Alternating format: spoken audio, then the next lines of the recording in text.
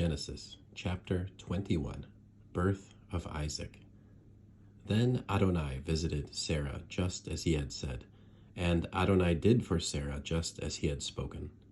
So Sarah became pregnant and gave birth to a son for Abraham in his old age, at the appointed time that God had told him. Abraham named his son who was born to him, whom Sarah bore for him, Isaac. Then Abraham circumcised Isaac, his 8-day-old son, just as God had commanded him. Abraham was 100 years old when Isaac his son was born to him. So Sarah said, "God has made laughter for me. Everyone who hears will laugh with me." She also said, "Who would have said to Abraham, 'Sarah has nursed children, for I have given birth to a son in his old age'?" Ishmael banished, yet delivered. The child grew and was weaned. Abraham made a big feast on the day Isaac was weaned. But Sarah saw the son of Hagar the Egyptian, whom she had borne to Abraham, making fun. So she said to Abraham, "Drive out this female slave and her son, for the son of this female slave will not be an heir with my son, with Isaac." Now the matter was very displeasing in Abraham's eyes on account of his son. But God said to Abraham, "Do not be displeased about the boy and your slave woman. Whatever Sarah says to you, listen to her voice. For through Isaac shall your seed be called. Yet I will also make the son of the slave woman into a nation, because he is your seed." So Abraham got up early in the morning and took bread and a skin of water and gave them to Hagar, putting them on her shoulder and the child, and sent her away. She went and wandered about in the wilderness of Beersheba. When the water from the skin was finished, she abandoned the child under one of the bushes. Then she went and sat herself down opposite, about a bow shot away, for she had said, "I can't bear to see the child dying."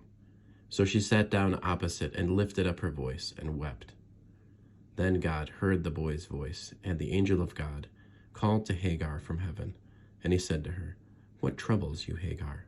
Do not be afraid, because God has heard the boy's voice where he is. Get up, lift the boy up, and hold on to him with your hand, for I will make him a great nation." Then God opened her eyes, and she saw a well of water, and she went and filled the water skin and gave the boy a drink. God was with the boy, and he grew. He dwelled in the wilderness and became an archer. He dwelled in the wilderness of Paran, and his mother took a wife for him from the land of Egypt. Covenant of Abimelech and Abraham. Now it came about at that same time that Abimelech, with Phicol, the commander of his army, said to Abraham, "God is with you in all that you do. So now make a pledge to me here, by God, that you will not violate your word with me, or with my descendants, or with my offspring. As I have shown loyalty to you, show the same to me, and to the land in which you have lived as an outsider." Abraham said, "I make a pledge." Now Abraham had rebuked Abimelech because of the well of water that Abimelech's servants had seized. So Abimelech said, "I don't know who did this thing, nor did you tell me, nor did I hear about it until today." Then Abraham took a flock of sheep and cattle and gave them to Abimelech, and the two of them made a covenant. Abraham set 7 young ewe lambs apart from the flock of sheep by themselves.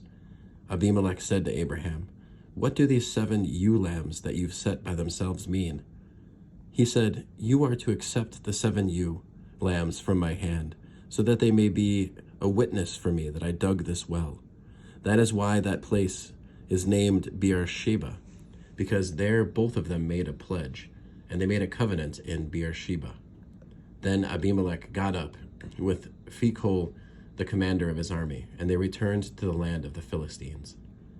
Then he planted a tamarisk tree in Beersheba, and called there on the name of Adonai, the everlasting God. He lived as an outsider in the land of the Philistines for many days. End of Genesis chapter 21.